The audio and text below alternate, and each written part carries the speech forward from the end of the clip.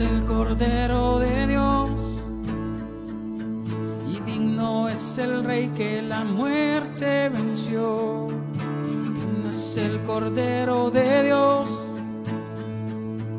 y digno es el Rey que la muerte venció. Y digno es el Cordero de Dios, y digno es el Rey que la muerte venció. Es el Cordero de Dios, digno, digno, gracias sublime es, perfecto es su amor, tomaste mi lugar, cargaste tú mi cruz, tu vida diste ahí.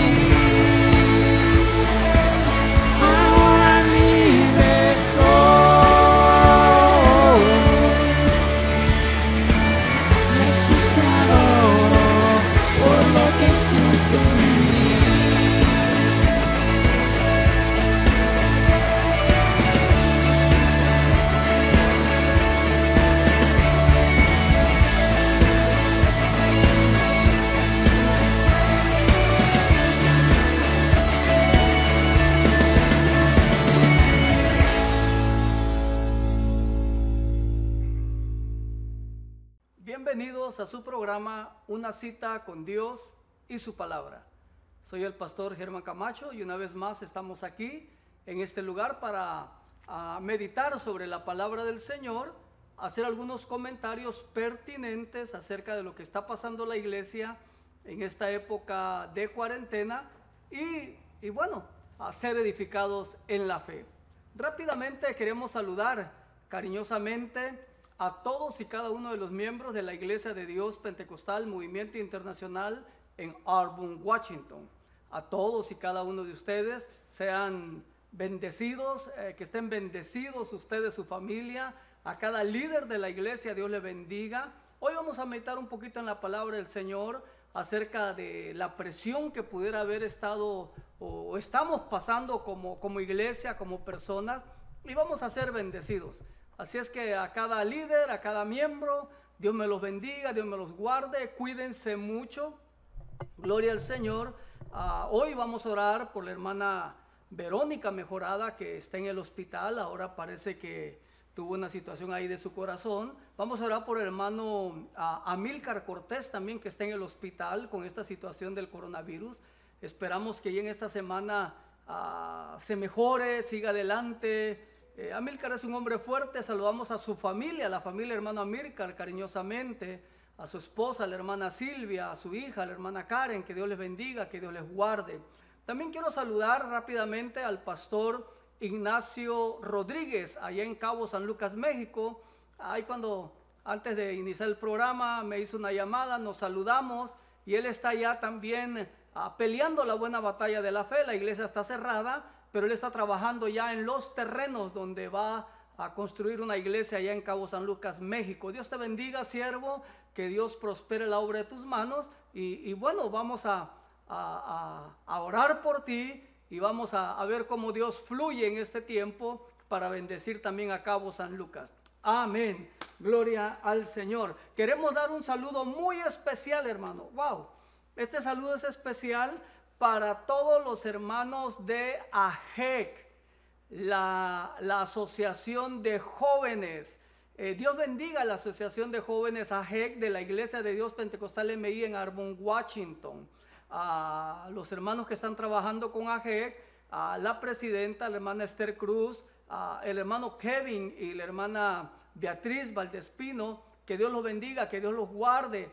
Ellos en estos días, en esta semana, me hicieron llegar una ofrenda de $300 para el fondo de la iglesia, como contribución, como ayuda, una ofrenda de amor para los gastos de la iglesia, ya sea pagar la renta, pagar un bill o algunas remodelaciones que se están haciendo dentro de nuestro edificio. Dios bendiga a esa juventud esforzada que hacemos una diferencia, marcamos la diferencia. Dios les multiplique y Dios les bendiga abundantemente a todos y cada uno de ustedes. Bien, hermanos, vamos a empezar, pero no quisiera seguir adelante sin antes pues comentar algunas situaciones que son importantes, y con esto me voy a ir introduciendo un poco al tema que voy a tratar hoy. En primer lugar, también vamos a orar no solamente por los enfermos, pero vamos a orar por las familias de más de 100,000 personas que han muerto en Estados Unidos a causa del coronavirus. Esto es difícil de creer. 100,000 personas. Ahí en un noticiero dieron algunos datos para evaluar la cantidad, el número de personas, y dice que fueron 2 veces más lo que murió por el coronavirus de los que murieron en la Segunda Guerra Mundial. Estoy hablando del pueblo americano, estoy hablando acá de Estados Unidos. Hacen comparación, imagínense, con los atentados del 9/11 fueron 35 veces más. Son 100,000 personas que ya no están en este país, 100,000 personas que perecieron por este virus, y bueno, no es un número fácil de decir, pero vamos a orar por cada familia, vamos a orar por todos y cada uno de los familiares que quedaron atrás. Vamos a orar por los que están en los hospitales todavía luchando con este virus. Vamos a seguir los ordenamientos de nuestros gobernantes. Nuestro presidente Donald Trump declaró a las iglesias como esenciales para el país. En una declaración que lo hizo pública con periodistas, reporteros de todos los medios de comunicación, instó a los gobernadores a darle luz verde a las iglesias. El gobernador en Washington State, Mr. Jay Inslee, ha cambiado ya a la iglesia, la puso dentro de la fase 2. Quiere decir que en cuanto se abra la fase 2, vamos nosotros a empezar a adorar al Señor en el edificio de nuestra congregación. Nosotros, hermano, de alguna manera, mire, está el presidente de la nación, está el gobernador de la nación, pero también está nuestro presidente regional de nuestra denominación. El reverendo Samuel Mejía, que es nuestro obispo regional, nos dio una recomendación a todos los pastores, que después de que el gobierno dé la luz verde para abrir las iglesias, nosotros, la Iglesia de Dios Pentecostal, Movimiento Internacional, nos esperemos al menos 1 o 2 semanas para reiniciar nuestras labores de adoración, de enseñanza, de reunión, y que lo hagamos dentro del orden que el gobierno ha establecido. Por eso, hermanos, en este tiempo va a ser un tiempo de retos, va a ser un tiempo de volver a la nueva normalidad, no como era antes, pero con mayor seguridad por los tiempos que estamos viviendo. Se requiere, pues, y aprovecho para hacer un llamado a todos los miembros. Definitivamente va a ser el 25% de la capacidad del edificio. Eso nos coloca a tener servicios con 75 personas, porque el santuario que nosotros tenemos tiene la capacidad de 300 personas. El 25% serían 75 personas. Hay un protocolo a seguir, se les va a tomar la temperatura, se van a tener que usar mascarilla, guantes, va a haber un horario de entrada, un horario de salida, van a haber registros de entrada, de salida de las personas que atiendan los servicios, pero el desafío más grande para nosotros es que los servicios van a empezar puntualmente. Vamos a suplicar, ¿verdad?, que ya la pasada manera de vivir, en que el servicio empezaba a las 11 de la mañana y a veces veníamos hasta las 12 del día, pues ya no va a ser viable, ya no va a ser practicable. Ahora los servicios tienen que empezar a las 9 en punto de la mañana. Por alguna razón, si el edificio se llena la capacidad de las 75 personas, se van a cerrar las puertas para no permitir el acceso a más personas. Usted tiene que venir puntual para que lo acomoden, para que esté en su lugar. Vamos a entrar en orden, salir en orden. O sea que es un desafío para nosotros adorar al Señor en esa nueva normalidad. Pero lo vamos a lograr en el nombre del Señor Jesús. Vamos a salir adelante con nuestra culto de adoración al Señor, nuestras reuniones, nuestras oraciones, todo lo que se hace que es parte propio de la adoración a Dios. Ruégole de sus oraciones por todos estos retos que tenemos enfrente. Prácticamente, no sé, haríamos 2 o 3 servicios según sea necesario, y al principio tendríamos los servicios nada más los días domingos, no otro día de la semana, nada más los días domingos. Entre semana quizás tengamos reunión de oración, pero sería para los líderes, encaminado al liderazgo. Así es que, hermanos, estamos en este tiempo de cambios, de desafíos, y es un tiempo en el cual las personas, hermano, están respondiendo a una presión. También quisiera llamar la atención al caso que pasó en Minneapolis, a la persona de la raza de color que murió, los disturbios que han habido. Nos pone un poco triste, pero es la realidad del ser humano. Yo sé que en los Estados Unidos vivimos en una democracia, vivimos basados en leyes, pero qué difícil es cuando se necesita que haya un disturbio para que las autoridades atiendan estos hechos, ¿verdad? Eso es parte de la presión en que está la nación, los estados, las personas. Eso es parte de lo que está causando toda esta pandemia. Vamos a orar para iniciar este programa. Y vamos a orar, les repito, por nuestra hermana Verónica, nuestro hermano Amílcar. Vamos a orar por los que están enfermos del coronavirus. Vamos a elevar nuestro clamor por esta nación, por nuestros gobernantes y por la iglesia del Señor. Oremos al Señor. Padre, te damos la honra, la gloria y la alabanza, Dios mío. Bendecimos tu nombre, Señor. Gracias por la vida que nos das. Señor, empezamos primeramente por mi hermana Verónica Mejorada. Bendícela ahí en ese hospital donde está. Bendícela y pon tu mano de salud en el nombre de Cristo Jesús. Que ese corazón funcione bien, que todo esté bien y que tu nombre sea glorificado. Mira mi hermano Amílcar, Señor, batallando su cuerpo, ahora está batallando con ese virus. Dale la victoria, Padre amado. Sopla aliento de vida en el cuerpo de mi hermano Amílcar y glorifícate de una manera muy especial, Señor. Mira, Señor, 100,000 personas, más de 100,000 personas han perdido la vida. Mira todas esas familias, Señor, no sé, hijos que quedaron huérfanos, esposas que quedaron viudas o esposos que quedaron viudos, Señor, familias cuyos perdieron 2 o 3 miembros de una misma familia por esta enfermedad. Bendice a cada familia, Señor, que en este tiempo tu presencia maravillosa traiga consuelo y traiga bendición sobreabundante. Mira a todos los que están en los hospitales peleando, Señor, contra este virus. Dale, Señor, la victoria. Mira, Dios mío, a todos aquellos enfermeros, médicos, personal del hospital, bendícelos de una manera muy especial y que tu nombre sea glorificado en la vida de ellos. Dale la fortaleza, la inmunidad, que no se contaminen, Señor, pero que hagan su trabajo, Padre amado, de una manera que traigan consuelo también al corazón de cada enfermo, que traigan esperanza. Dale palabras de esperanza, de fe. Glorifícate de una manera muy especial. Bendice a nuestro presidente, Señor, de los Estados Unidos de América. Bendice a nuestro gobernador, Padre amado, James Lee. Bendice al gobierno, Padre. Bendice al presidente de nuestra denominación a nivel regional, reverendo Samuel Mejía, Señor.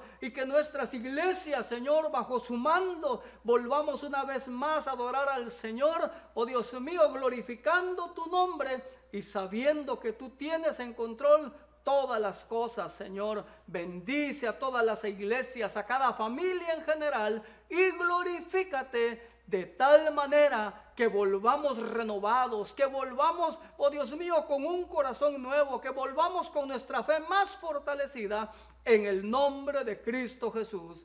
Gracias te damos. Bendice al pastor Ignacio Rodríguez allá en Cabo San Lucas, México, Señor, el trabajo que está haciendo allí, y glorifícate de una manera muy especial en todo lo que esa familia necesite, en todo lo que él necesite como una iglesia. Bendecimos a todo tu pueblo, a todas las naciones, en el nombre de Cristo Jesús.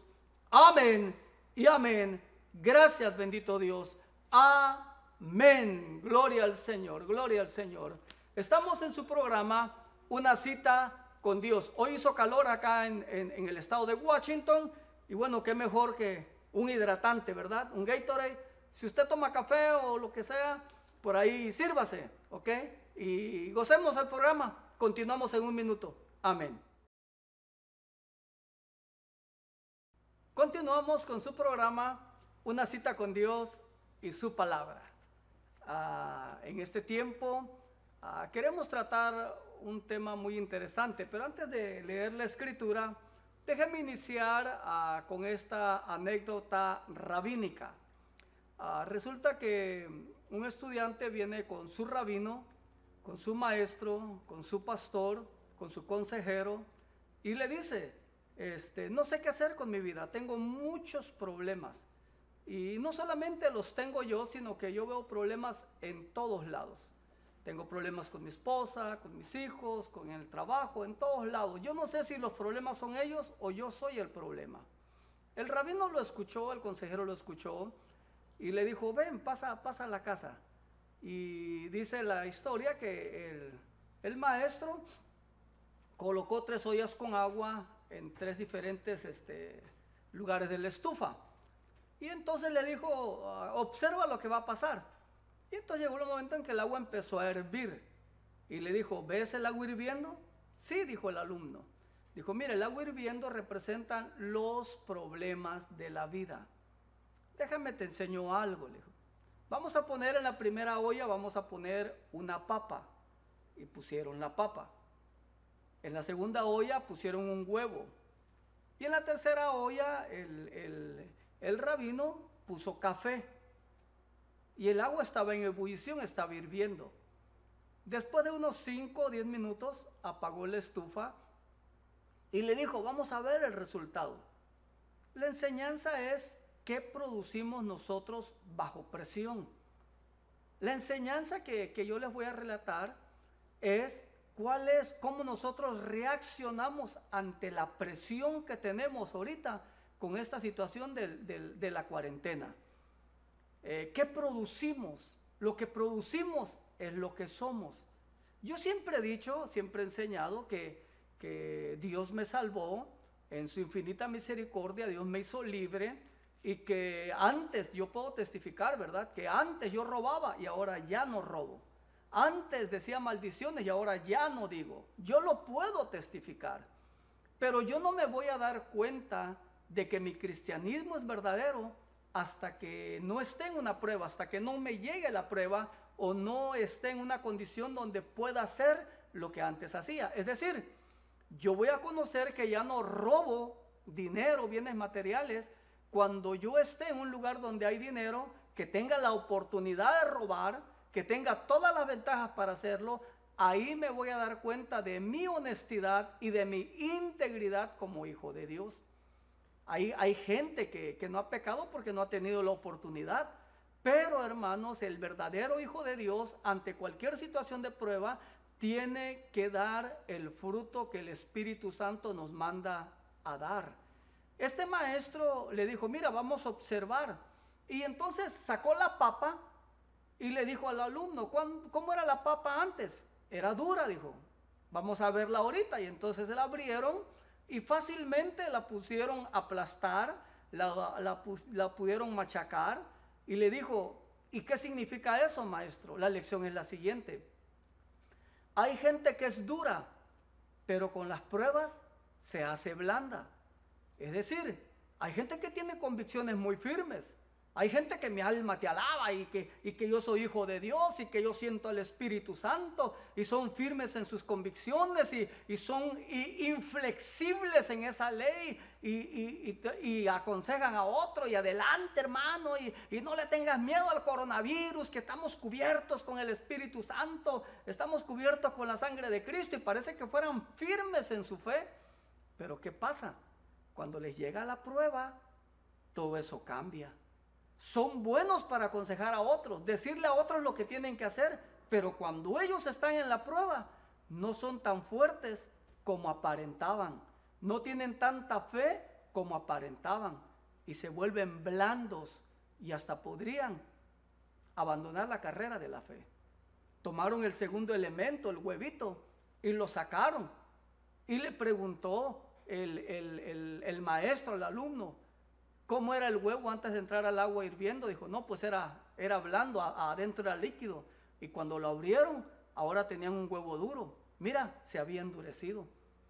Finalmente, hermano, la enseñanza para esto es que, como siempre le hemos dicho, hay gente que parece que no orara, pero ora más que tú y que yo. Hay gente que pareciera que no va a rendir y rinde más que tú y que yo. Hay gente que pareciera que fuera muy suave en sus principios y de repente son los que tienen más convicción, dan más fruto y los vemos tan sólidos como una piedra cuando viene el momento de la prueba o de poner a prueba nuestra fe. Finalmente llegaron con el café, el agua hirviendo. Mire qué rico olía el café. Hay gente que tiene la capacidad de cambiar su entorno, no importa el problema que haya, no importa lo que esté pasando, no importa la prueba que haya, tenemos la capacidad de cambiar nuestro entorno. El café cambió esa agua que cambió el elemento de la papa, que cambió el elemento del huevo. Ese café ahora tenía un aroma irresistible. No solamente era bueno al olfato, pero era también bueno al gusto. Se podía tomar. Hay creyentes que tienen la capacidad de cambiar todo lo que hay a su alrededor. Tienen esa capacidad de bendición, tienen esa capacidad de generosidad, tienen esa capacidad de abrir el corazón, tienen esa capacidad de amar, de perdonar, de comprensión, hermano. Mire, lo que más se requiere el día de hoy es comprensión. Comprensión, hermano. Necesitamos comprendernos, amarnos, unirnos en una unidad perfecta, estar, hermanos, en una armonía. No estamos reunidos en la iglesia, pero estamos reunidos, unidos en un solo espíritu. Todo mundo quiere que la iglesia se abra, todo mundo quiere que ya volvamos al santuario. Pues bien, mientras llegue ese día, vamos a orar en casa, vamos a adorar al Señor en casa, vamos a honrar al Espíritu Santo en casa. Vamos, hermano, a dejar que lo mejor de nosotros fluya a través de estos tiempos de crisis y depresión. ¿Qué producimos nosotros? ¿Cuál es el aroma que nosotros producimos? ¿Seremos como la papa? Que somos inflexibles a veces, declaramos y esa frase, yo declaro, pero cuando llega la prueba, cuando llega la enfermedad, cuando llega la necesidad, cuando llega a la vida de esa persona, no son tan fuertes como se aparenta. Por el otro lado, la gente que está llena del Espíritu Santo, hermano, no solamente se goza en la presencia del Señor, sino que dan el fruto que se espera de ellos. Por eso, hermanos, bajo la prueba, bajo la presión, bajo todo eso que pudiera venir a nuestra vida, nosotros nunca debemos de desmayar. Nuestra fe se tiene que tornar una fe que agrada al Señor primeramente, pero que también edifica a todos mis hermanos que están alrededor, a toda la iglesia donde Dios me ha puesto. Yo no veo no solamente una bendición en eso, pero veo la calidad de vida cristiana a lo que estamos llamados a vivir. Vamos a empezar ya con la lectura de la palabra en un minutito. Seguimos adelante. Este es su programa, Una Cita con Dios y su palabra. Amén. Continuamos. Continuamos con su programa, Una Cita con Dios y su palabra. Vamos a leer del Evangelio según San Lucas en el capítulo 6. Aquí tenemos el llamamiento de los 12 discípulos. A menudo la gente cambia la palabra discípulo y apóstol de manera intercambiada y pareciera ser que está diciendo lo mismo. No es lo mismo. La palabra discípulo es un estudiante, es un seguidor. Discípulo es alguien que está bajo instrucción. Apóstol es el apostelo, es alguien que ha sido enviado en una misión. El discípulo es un estudiante que está bajo instrucción Y el apostelo o el apóstol es uno que ha sido enviado en misión. Son dos cosas totalmente diferentes. Quiero hacer esta diferencia para que usted tenga en cuenta que empezamos siendo discípulos y de ahí Dios nos envía. Si nosotros somos buenos discípulos, nos van a enviar. Pero si usted es un mal discípulo, porque no produjo el fruto que se esperaba de usted como discípulo, entonces no creo que lo envíen. Pero vamos a leer. Jesús dice que por aquellos días se fue al monte a orar y se pasó toda la noche en oración. Cuando se hizo de día, llamó a sus discípulos, en plural, había más gente ahí, los llamó a todos y entonces eligió de ellos a 12. De entre toda la multitud que había, va a elegir 12 personas.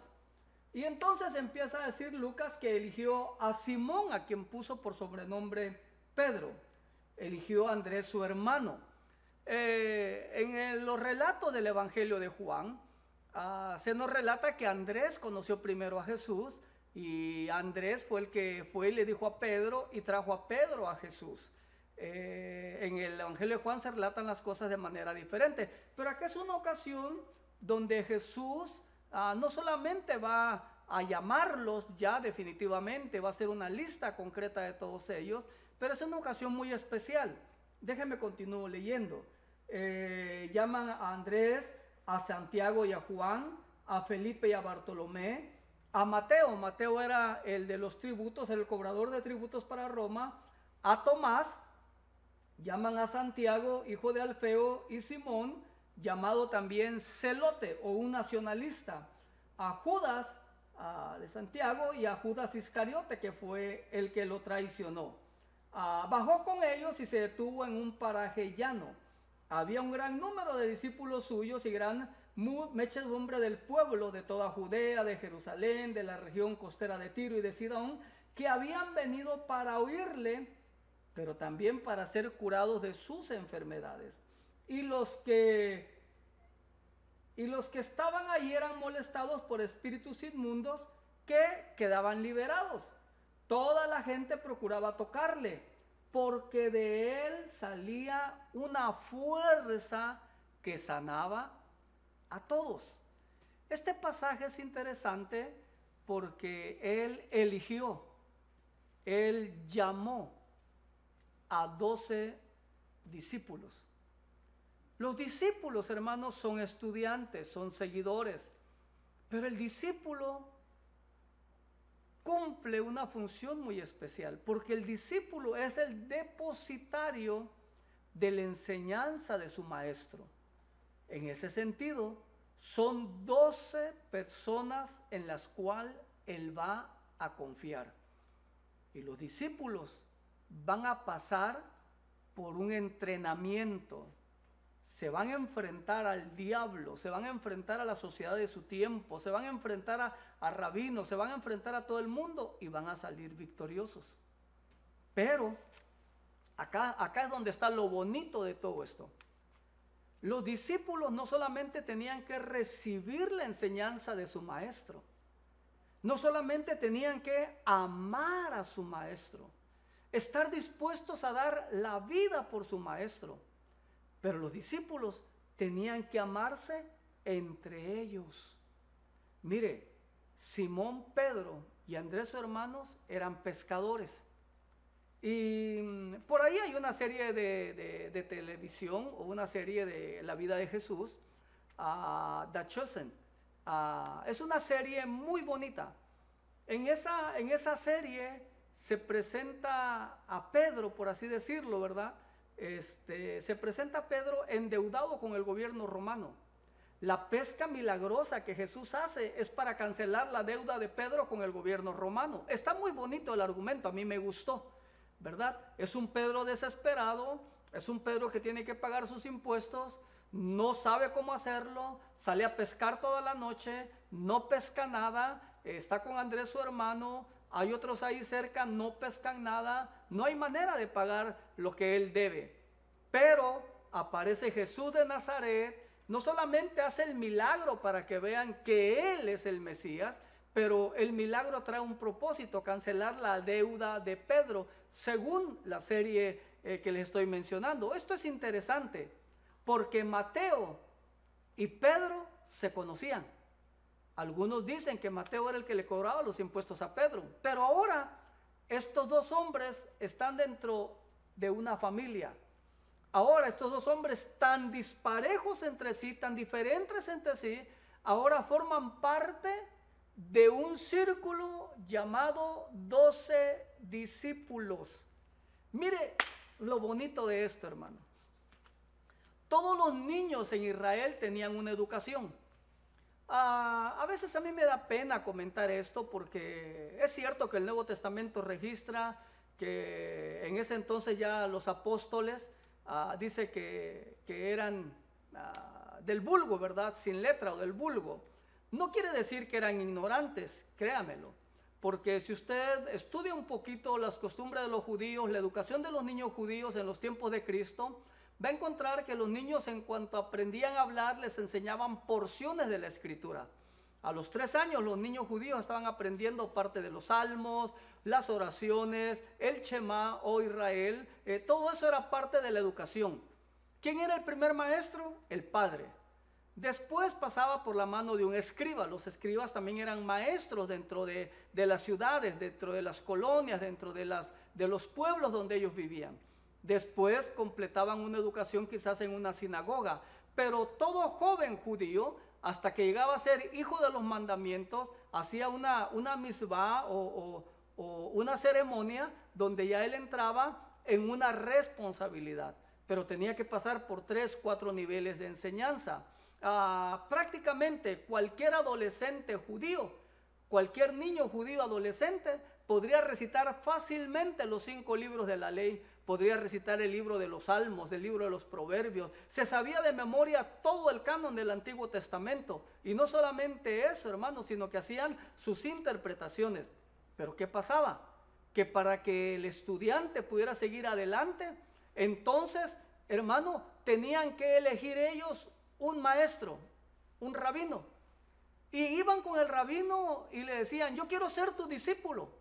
Y el rabino se encargaba de que si era o no, le hacía un examen a ver si lo elegía o no lo elegía. Los discípulos elegían el rabino que ellos querían y iban para seguir, y si el rabino no los aprobaba, les daba una recomendación. Se entrevistaban con el rabino y les daban una recomendación. Les palmeaban la espalda y les decían: ¿sabes qué? Yo creo que tú no eres apto para recibir mi enseñanza. Yo quiero depositar mi enseñanza en gente que sea mi discípulo. Tú tienes la voluntad, pero no tienes la madera, no tienes la capacidad. Yo no veo en ti a un discípulo mío. Y lo mandaban y le decían: ¿sabes qué? Aprende el oficio de tu padre. Regresa a tu casa y apréndelo. Por eso Pedro era pescador, Andrés era pescador, Jesús era carpintero, porque era como funcionaba la sociedad. Los discípulos no eran gente ignorante, pero no pudieron continuar sus estudios con rabinos porque no los aceptaron, esa es la verdad. Pero no eran tampoco ignorantes, conocían el Antiguo Testamento, pues son parte del pueblo de Dios. Era regla para ellos aprenderlos desde que eran unos niños. Por eso Jesús les dijo más tarde, ¿verdad?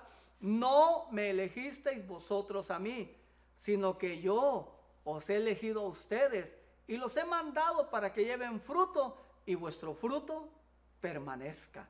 Mire, un discípulo, cuando era aceptado por su maestro, se movía a veces literalmente a donde estaba la escuela del rabino. Se movía, dejaba a su papá, a su mamá y se movía para estudiar bajo las instrucciones de su rabino. Los discípulos amaban al rabino. Los discípulos le servían al rabino. El mejor ejemplo que podemos tener de la relación a discípulo, rabino o maestro, discípulo, como lo quiera poner, es la relación de Eliseo con Elías. La palabra del Señor, cuando se refiere a Eliseo, se refiere como el fiel sirviente de Elías. el fiel sirviente de Elías. Fue el título más honroso que tuvo Eliseo. Eliseo hizo el doble de milagros que su rabino, que su maestro, porque dice que era fiel sirviente de Elías. Ese es el mejor ejemplo. En el segmento que viene les voy a explicar algo de los discípulos que llegaron a ser apóstoles, enviados. Tuvieron que aprender a amar a su maestro, respetar la enseñanza de su maestro, defender la enseñanza de su maestro, amarse entre ellos mismos, hermano. Imagínense un publicano, un celote y alguien como Pedro. Nada más con esos tres me quedo.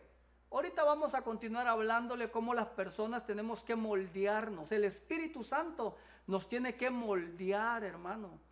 A veces nosotros queremos ser el protagonista de la película y Dios todavía no nos ha llamado para hacer misiones.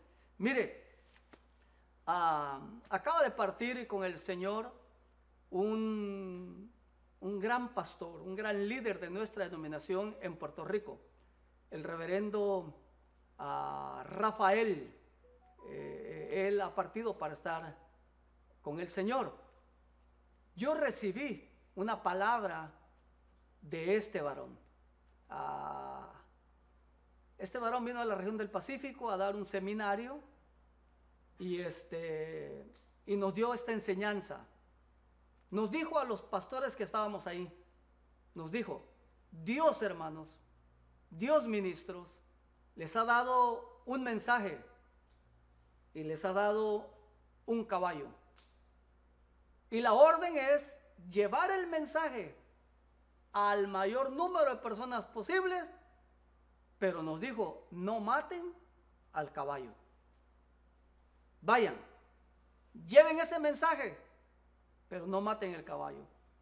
En esa ocasión, un ministro de la denominación se paró y preguntó: entiendo que el mensaje es el evangelio. Y el conferencista dijo: el mensaje es el evangelio de Jesucristo. Y se quedó en silencio la sala. Yo me quedé callado.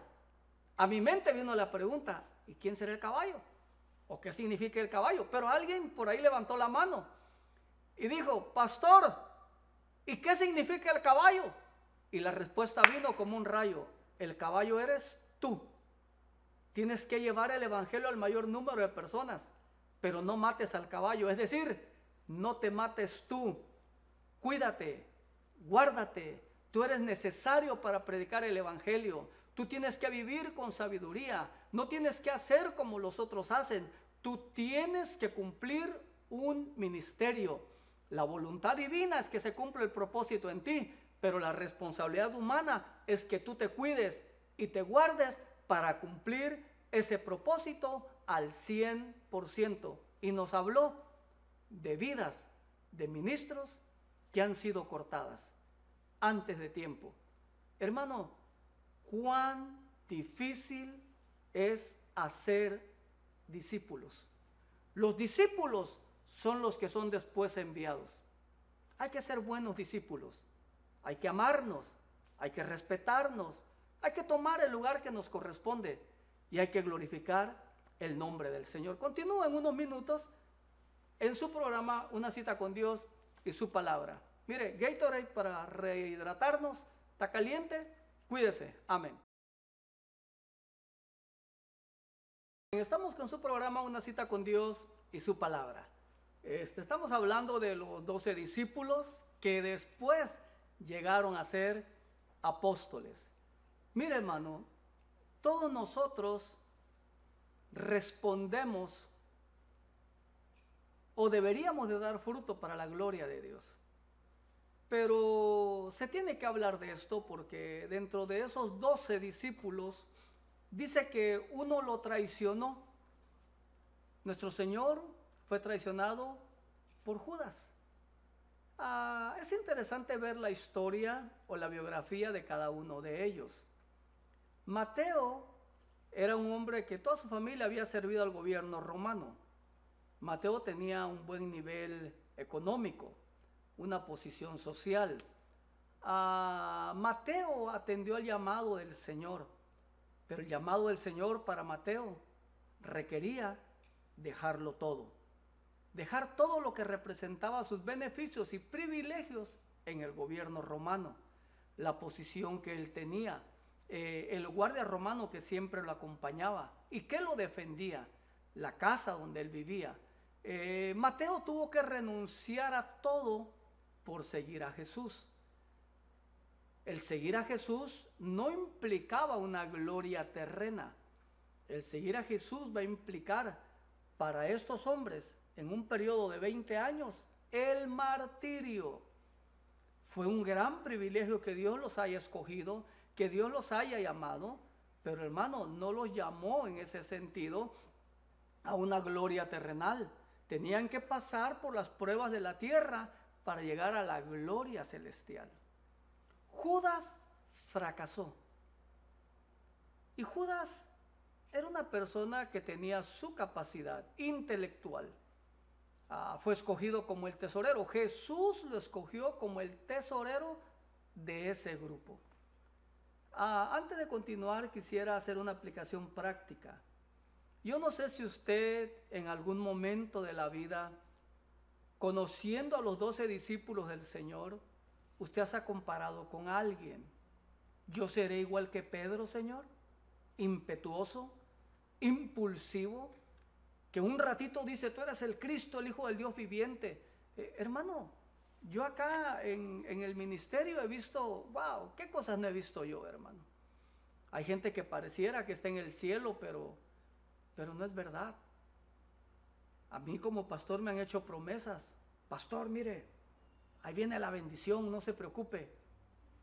Y después, un día, me regalaron un carro y al otro día fueron por él. Así es la gente. Uno tiene que aprender a amar a las personas como son. Uno tiene que saber que uno depende de Dios, que la vida de uno depende del Señor.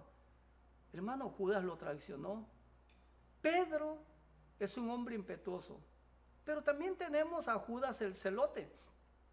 Es un hombre nacionalista, es un hombre revolucionario, es un hombre que quiere liberar a su pueblo de las garras del gobierno romano. Judas el celote era, por así decirlo, hasta un guerrillero, hermano, que no le importaba matar guardias romanos, pero tuvo que entrar a la palabra de amor, a la palabra de aceptación, a la palabra de tolerancia. Ahora, todos estos hombres tuvieron que ser moldeados en sus caracteres para producir frutos para el reino de los cielos. Hermano, con nosotros tienen que trabajar. A veces nosotros pensamos que ya estamos perfectos, pero nos falta mucho. Cuando viene la prueba, ahí se mira de qué estamos hechos. Mire, nuestro presidente declaró que las iglesias son esenciales para esta nación. Y sí lo son. Las iglesias que predican el evangelio son esenciales para todas las naciones. Eso es una gran verdad, hermano. Pero los que estamos en la fe, hermano, sabemos que el venir a la iglesia en estos días nos ha abierto una puerta, santuarios personales de oración en casa. La iglesia, hermana, no está cerrada, hermano, no está cerrada. La puerta del edificio puede estar cerrada, pero la iglesia sigue orando en casa, la iglesia sigue intercediendo en casa, la iglesia sigue, hermano, adorando, cantando, alabando en casa, la iglesia sigue predicando. Mire, qué bueno, ¿verdad? Por todos esos Facebook que hay, por todos esos Twitter y toda esa miria social que hay. Yo pienso que la iglesia de Dios Pentecostal en Arbor, Washington, cada miembro de esta iglesia está predicando duro en ese Facebook, hermano. De verdad, yo creo que está, no sé, subiendo los videos de la iglesia, grabándose él mismo con su celular y predicando el evangelio ahí, echándole ganas. Yo creo que eso está pasando. Yo no tengo mucha interacción con esa situación, hermano, pero yo creo que eso está pasando. Creo que los miembros de esta iglesia, mire, andamos remodelando el edificio. Dios bendiga al hermano Moisés Rodríguez, diácono de la iglesia que se levantó. Hermano, yo sé que los diáconos le están echando ganas en la oración, con sus grupos de oración, los líderes. Yo creo, hermano, que cuando regresemos, va a regresar una iglesia más poderosa. Pero tengo acá el ejemplo de 12 personas. Y cuando yo las analizo, yo como pastor tengo que entender, tengo que saber que cada uno de nosotros cae en esos 12 cajones representados por 12 discípulos que están encaminados a convertirse en apóstoles. Que Dios nos guarde, que Dios nos cuide, que Dios tenga misericordia. Los pentecostales hablamos tanto del Espíritu Santo, pero a veces el fruto no se mira. Dios quiera que conforme a nuestra fe, conforme a nuestra llenura, demos el fruto que se espera de cada uno de nosotros. Que glorifiquemos el nombre del Señor, que mantengamos la verdad del Evangelio, así nos vaya la vida.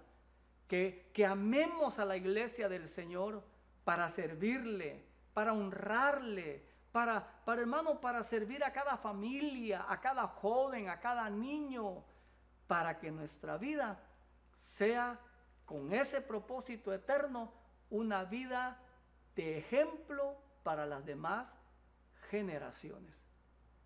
¿Qué producimos? ¿Qué hay en nosotros? Mateo capítulo 13 nos habla de 4 tipos de tierra. Pudieran ser 4 tipos de personas también. Esos 4 tipos de personas están presentes. Tenemos las 7 iglesias en el Apocalipsis. Pudieran ser 7 tipos de personas también. Creyentes que piensan que son ricos y que miran y que están vestidos cuando en realidad son ciegos, pobres, miserables y desnudos. Ante los ojos de Dios así nos ve.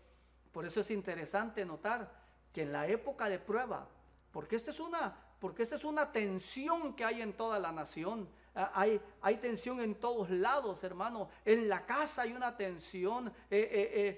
Quisiéramos que la iglesia estuviera abierta, quisiéramos que las cosas fueran como antes, pero hermanos, las cosas tenemos que reconocer que hoy a la iglesia de Jesucristo le ha tocado pasar por un tiempo donde se va a probar de qué estamos hechos. Pronto nos volveremos a ver en este santuario y pronto volveremos a alabar al Señor y nos vamos a gozar y nos vamos a regocijar.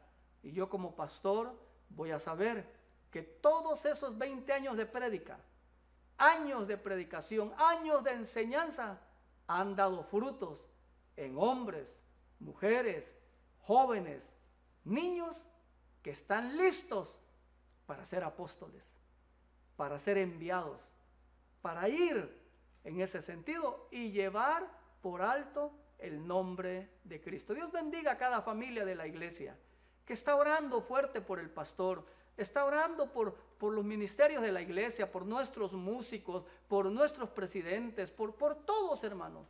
Gracias, Dios los bendiga, Dios les guarde.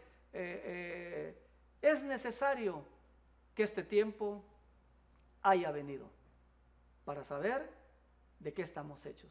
Vamos a regresar con la oración y gracias una vez más por estar en su programa, Una Cita con Dios y su Palabra. Continuamos, Dios les bendiga.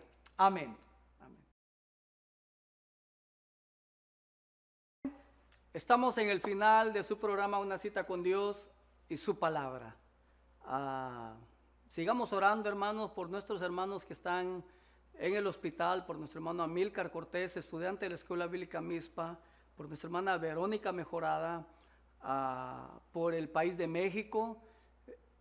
Está crítica la situación en México. He hablado con familiares, con amigos, pastores, por los pastores de la región del Pacífico, por nuestro obispo regional, reverendo Samuel Mejía, una gran carga que él tiene como líder de todos y cada uno de nosotros, responsabilidades que hay a nivel regional, por todo nuestro comité ejecutivo regional. Quisiera dar las gracias a todos los hermanos que a través del PayPal o del website o de la manera digital han diezmado, han ofrendado. Este fin de semana hoy vamos a administrar diezmos y ofrendas para la gloria del Señor. La hermana Soledad Pérez va a estar por acá, por este lugar, y bueno, usted va a ser bienvenido. La hora es de 3 a 5 de la tarde. Ya usted conoce el protocolo, usted va a pasar con su carro, va a depositar y va a regresar con su familia sano y salvo a casa. Ella va a estar acá de 3 a 5. Cuando nos reunimos con los líderes, por ahí una voz surgió y dijo: pastor, lo hagamos cada 15 días o 2 veces por mes. Y bueno, la semana pasada no lo administramos, esta semana nos toca. Si usted va a participar de los diezmos y ofrendas, acá va a estar la hermana Soledad Pérez en el edificio de la congregación. Vamos a orar, hermanos, para ser despedidos, y oremos por esta nación. Oremos por nuestras naciones. Ahí donde me ve a través de estas imágenes, si usted está en México, ore por México. Si usted está en Guatemala, ore por Guatemala. Nosotros nos tocó estar acá, hermanos, oramos por esta nación. Es nuestra responsabilidad orar por esta nación. Yo estoy orando fuertemente por esta situación en Minneapolis, por esta situación de este policía que mató a este hombre, ¿verdad? A esta persona de color, y esperamos que la justicia llegue, esperamos que la justicia pues glorifique el nombre del Señor, que las leyes de este país están para eso, para proteger, para que se respeten, para que haya armonía en toda la nación. En este tiempo, hermanos, la crisis se agudiza más.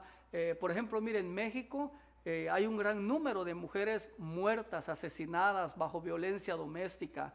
En una situación de cuarentena, la violencia doméstica se ha disparado a otros niveles. Personas han perdido la vida, no por el coronavirus, sino por el cónyuge, las asesinan en las calles. Es una violencia que hay para las mujeres en México tremenda, hermano. Mire la situación de inmigración. Estaba mirando que algunas personas ahora van para atrás y tienen que pagar para regresar a sus países. Es una situación, hermano, de crisis, y que se acrecenta más con todo esto que estamos viviendo. Vamos a orar, hermanos. Amén. Padre, te damos la honra, la gloria y la alabanza. Te damos gracias por la vida que nos das, Señor, la oportunidad de venir delante del trono de la gracia y presentarte a mis hermanos que están en los hospitales, a cada familia, Señor, que esté en casa, Dios mío, allí, Padre amado, los que van a trabajar, guárdalos en el hueco de tu mano. Los que están en casa, Señor, danos esa paz, danos esa tranquilidad, danos ese descanso en ti, Señor, que nuestros pensamientos no se vayan para otro lado, que nuestro carácter no cambie, Señor, que haya, Padre amado, dentro de casa una armonía, una alegría, Señor, con los niños, con los nietos, con los esposos, con todos, Señor, que la gente, Padre amado, no tome decisiones apresuradas, que sus labios no hablen palabras negativas, que no hablen palabras de crítica, Señor, para nadie en este mundo, sino que al contrario, hablen palabras de bendición, que glorifiquen tu nombre, Señor. Mira toda esa situación en México del coronavirus, de violencia hacia la mujer, mira toda esa situación de inmigración, Señor, tú te glorificas de una manera especial en ellos. Provee, Señor, dale salud, dales vida, dale alimentación, dale los medios para transportarse a todas esas familias, Señor, que han salido a sus países de origen. Mira, Dios mío, toda la situación en Estados Unidos, la armonía de la nación, Señor, que no sea cambiada, que no sea tocada, que no sea trastornada, Señor. Mire esa situación que pasó en Minneapolis, Padre. Permite que nuestra sociedad vuelva a convivir, Padre amado, después de tantos años de que la esclavitud, de que el perfil racial, todo eso ya pasó, Dios mío. No quiero creer que todavía existe en este país. Permite, Señor, que tu Espíritu Santo sea moldeando a los Estados Unidos de América en una nación, Señor, que sea de bendición para el inmigrante, para todos y cada uno de los que hemos venido a cobijarnos a esta tierra, Señor. Que entre nosotros haya armonía, haya paz, haya bendición, y que tú bendigas esta tierra para la gloria de tu nombre santo. Bendice a cada ministro, bendice a nuestro presidente regional, bendice a los ministros de la región del Pacífico, a cada pastor que tiene que tomar decisiones, cómo va a abrir su iglesia, cómo va a fluir la bendición, cómo va a llevar el culto. Danos gracia, sabiduría, entendimiento pero dale a nuestro pueblo, Señor, dale a tu pueblo la sabiduría, el entendimiento para venir a adorarte bajo circunstancias diferentes, Señor. Comprensión, amor, tolerancia es lo que debemos de practicar en este tiempo. Gracias infinitamente en el nombre de Cristo Jesús. Amén y amén. Gracias, bendito Dios. Amén, amén. Dios los bendiga, Dios les guarde. Estamos en este su programa Una Cita con Dios. Nos vemos la próxima semana. Guárdese, mientras llega la próxima semana, guárdese, disfrute con su familia y dele gracias al Señor por todo lo que nos ha dado. Mil bendiciones. Amén.